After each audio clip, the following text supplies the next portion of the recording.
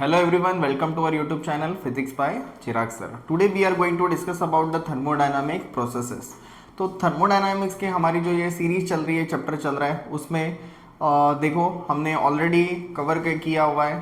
तो बेसिकली हमने क्या क्या देखा उसमें, heat, work done, okay, what is the extensive property, intensive property, okay, PV type of work. तो ये सब हमने अभी तक कवर किया है.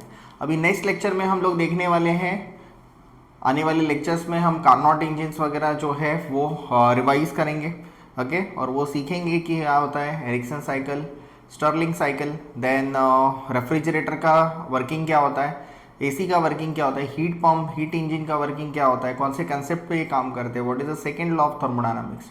आज हम डिस्कस करेंगे थर्मोडायनामिक प्रोसेस. तो अभी टोटल हमारे पास जो थर्मोडायनामिक्स प्रोसेस होते हैं वो 6 टाइप के प्रोसेस होते हैं.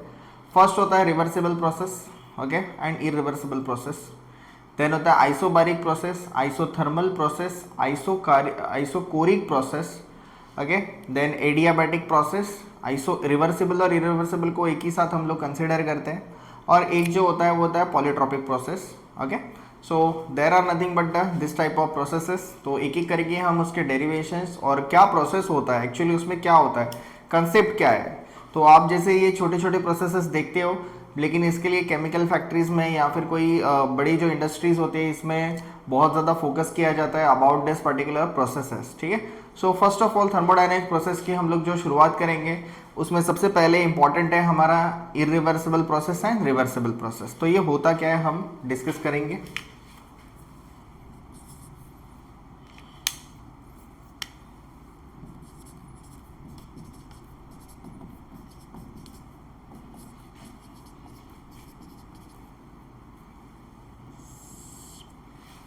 देखो थर्मोडायनामिक्स में रिवर्सिबल प्रोसेस का मीनिंग क्या होता है. तो जनरली थर्मोडायनामिक्स में रिवर्सिबल प्रोसेस ऐसी प्रोसेस होती है जो एक सर्टेन टाइम के बाद रिवर्स हो जाती है. जैसे कि आपने केमिस्ट्री में वगैरह पढ़ा होगा कि जो प्रोसेस है थोड़े से चेंजेस करने के बाद वो उसके ओरिजिनल स्टेट में आ जाती है. जैसे कि हम पढ़ सकते हैं, अगर मैंने एक कंटेनर लिया हुआ है, इंक्लोज करके रखा हुआ है, ओके, इसके अंदर है आइस क्यूब्स या फिर आइस है, ओके, जनरली आइस है. आइस को जब हमने क्या किया, हीट किया,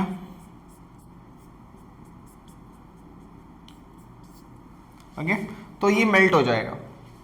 फिर से हम अगर इसको क्या करेंगे, ठंडा करेंगे और कूल डाउन करेंगे, ओके.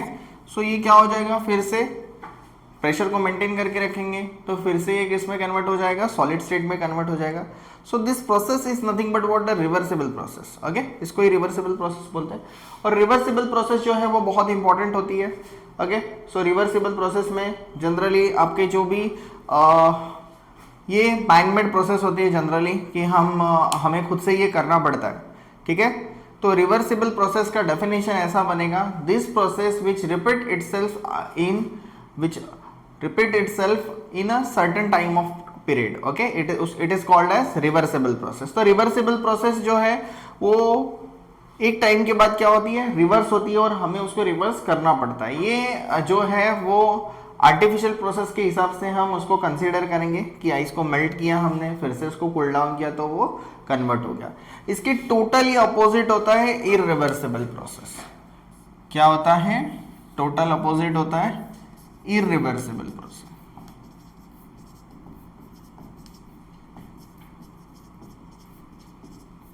इरिवर्सिबल प्रोसेस मतलब ये प्रोसेस रिपीट नहीं होती है. कोई भी आप प्रोसेस जनरली देखो कि एक बार अगर एक फ्यूल है, एक फ्यूल को मैंने क्या कर दिया, बंद कर दिया, इसको मैंने जला दिया, वापस से वो फ्यूल मिलेगा क्या हमें, पॉसिबल ही नहीं है, ओके, तो नहीं मिलेगा. तो जनरली ये क्या हो गई, तो ये इरिवर्सिबल प्रोसेस. नेचुरल प्रोसेस जितनी होती है वो सब इरिवर्सिबल होती है. जैसे कि झरने का पानी अगर नीचे से ऊपर गिर रहा है, मैंने उल्टा बोल दिया आपको, ओके, तो ध्यान दो सब लोग.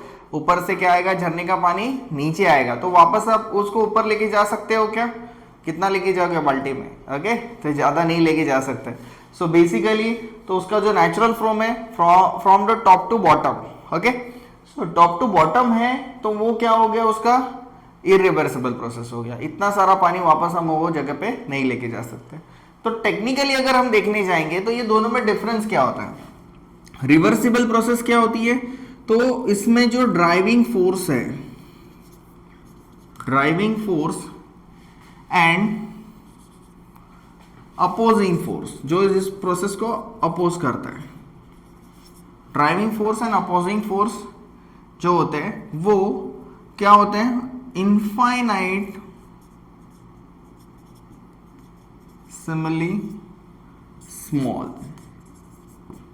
Okay, infinite simile it is a small. ये इनफाइनाइट सिमिली मतलब क्या होता है? बहुत ही छोटा। Okay, infinite simile word thermodynamics में आता है, तो उसका मीनिंग होता है that is nothing but the very low.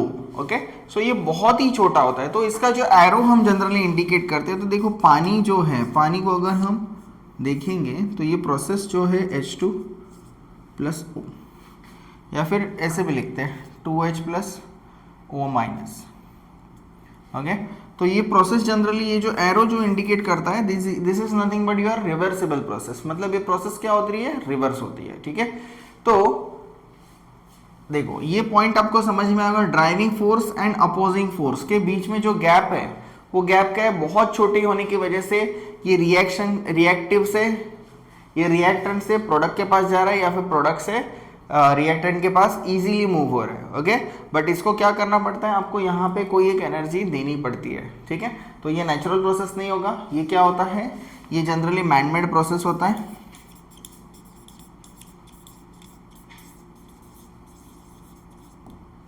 Okay, then irreversible process क्या होता है? एक बार अगर प्रोसेस हो गई तो वापस उसको हम रिपीट करना बहुत मुश्किल होता है। ऐसी बहुत सारे प्रोसेस है, जैसे कि अगर राइपनिंग ऑफ फ्रूट है, फ्रूट अगर पक गया तो वापस उसको रॉ कंडीशन में लेके जाना पॉसिबल ही नहीं है। ठीक है, एक बार फूड का हमारे डाइजेशन हो गया तो फिर से उसको ओरिजिनल स्टेट में लेके जाना क्या है? डिफिकल्ट है। हमारी बॉडी भी क्या होती है? केमिस्ट्री यूज करती है। जो भी हम खाना खाते हैं तो क्या होता है? पैंक्रियाज डाइल्यूट HCl जनरली क्या करती है? प्रोड्यूस करती है, जिससे खाना हमारा क्या होता है? डाइजेस्ट होता है। ठीक है, तो डाइजेस्ट हुआ खाना फिर से रॉ कंडीशन में बनना तो इम्पॉसिबल है। वैसे ही बहुत सारी कंडीशंस क्या होती है, तो इरिवर्सिबल प्रोसेस में जनरली ये सारी चीज़ें हम देखते हैं। ठीक है, सो इसमें क्या होगा? ड्राइविंग फोर्स और अपोजिंग फोर्स में बहुत बड़ा गैप रहेगा। ओके, मतलब वो प्रोसेस को ड्राइविंग फोर्स और अपोजिंग फोर्स, इसमें अगर बहुत ज़्यादा गैप है तो रिवर्स होना लगभग नामुमकिन है। Okay, so this is nothing but your irreversible process. Reversible irreversible में हमें और भी थोड़े पॉइंट्स देखने, तो देखो क्या होगा कि जनरली अगर मैं रिवर्सिबल के लिए डायग्राम बनाता हूँ, तो आपका जो अगर ये मान लो प्रेशर एंड वॉल्यूम डायग्राम है, this is called as PV diagram. तो ये अगर ये पाथ फॉलो किया, ये है state 1 and this is the your state 2। तो यहाँ पे अगर ये पाथ फॉलो कर रहे हैं 1 फॉर प्रोसेस 1 to 2, तो 2 to 1 भी सेम प्रोसेस को फॉलो करेगा, तो दोनों क्या रहेंगे? इक्वल रहेंगे। ओके, रिवर्सिबल में। बट अगर आप प्रैक्टिकली देखने जाओगे तो ये सेम प्रेशर सेम वॉल्यूम, देखो इसका मतलब क्या होता है कि यहाँ पे इसका सेम प्रेशर है। ओके, और यहाँ पे इसको अगर ट्रेस करोगे तो this is nothing but your volume, this is nothing but your pressure. तो सेम प्रेशर सेम वॉल्यूम, तो सेम प्रेशर सेम वॉल्यूम के हिसाब से क्या होगा? यहाँ पे दोनों में चेंजेस आ जाएंगे। ठीक है, तो ये पर्टिकुलर जो चेंजेस हैं, ये चेंजेस में क्या होगा? This is the pressure 1 and pressure 2, volume 1। यहाँ पे इसको ऐसे ट्रेस करते हैं, P1, ये हो जाएगा P2, और यहाँ पे हो जाएगा V1 और ये बन जाएगा V2, और ये इक्वल होना चाहिए। बट इरिवर्सिबल में ये क्या होगा? देखो मान लो अगर प्रोसेस 1 to 2 ऐसे जा रहा है, 1 to 2, मतलब इसका प्रेशर रहेगा P1, बट यहां से ये जब रिटर्न जा रहा है from point 2 to point 1, okay, तो इसका पाथ देखो, इसका वर्क डन, PV को अगर आप ट्रेस करते हो नीचे, अगर आप ऐसे अगर इसको नीचे लोगे तो इसका वर्क डन ज़्यादा है और इसका वर्क डन कम है। मतलब इसका वर्क डन कम है अगर आप pressure area bounded by the curve check करो, तो इसका वॉल्यूम ज़्यादा है। ओके, तो दोनों का वर्क डन डिफरेंट है, तो दोनों सेम पाथ को फॉलो नहीं कर रहे। इसके भी कुछ रीज़न होते हैं। सबसे पहले मेन रीज़न होता है कि अगर कोई प्रोसेस हो रही है और वो प्रोसेस रिपीट नहीं होते, उसके लिए रिस्पॉन्सिबल होता है फ्रिक्शन। क्या होता है? फ्रिक्शन। ओके, तो फ्रिक्शन जो है वो बहुत ज़्यादा रिस्पॉन्सिबल होता है ये सारी चीज़ों के लिए। ओके। फिर बहुत सारे प्रेशर मेंटेन नहीं कर पाते हैं हम, मटेरियल इंसुलेटेड नहीं होता है या टेम्परेचर में इशू होता है, ठीक है, ऐसी चीज़ें बहुत सारी आती है। ये प्रोसेस में क्या होता है जनरली, अगर थर्मल इक्विलिब्रियम कंडीशन है, देखो रिवर्सिबल है ये, तो इसमें अगर थर्मल इक्विलिब्रियम चीज़ है, थोड़ा सा चेंज करो वो चेंज हो जाएगा, ठीक है। तो थोड़ा क्या होता है, इक्विलिब्रियम कंडीशन में आ गया तो रिवर्स होने के चांसेस ज़्यादा होते हैं, बट इरिवर्सिबल में ऐसा नहीं होता है, इसमें फ्रिक्शन आएगा। और जनरली जितनी भी नेचुरल चीज़ें हमारी लाइफ में होती है, नेचुरल चीज़ें जो नेचर में एग्जिस्ट करती है, सारी चीज़ें क्या होती है, इरिवर्सिबल होती है, उसको हम रिवर्स नहीं कर पाते हैं। ओके, तो आपको इन डिटेल में ये रिवर्सिबल एंड इरिवर्सिबल प्रोसेस जो है वो समझ में आया होगा, ठीक है। मैंने कॉज ऑफ इरिवर्सिबिलिटी भी बताया कि कॉजेस क्या होता है, इसके फ्रिक्शन होता है, डिसिपेटिव पावर होता है, चेंज इन प्रेशर होता है, चेंज इन टेम्परेचर होता है, चेंज इन वॉल्यूम होता है। तो ये ऐसे बहुत सारे जो फैक्टर्स है वो यहाँ पे क्या करते हैं, तो जनरली आते हैं, ठीक है।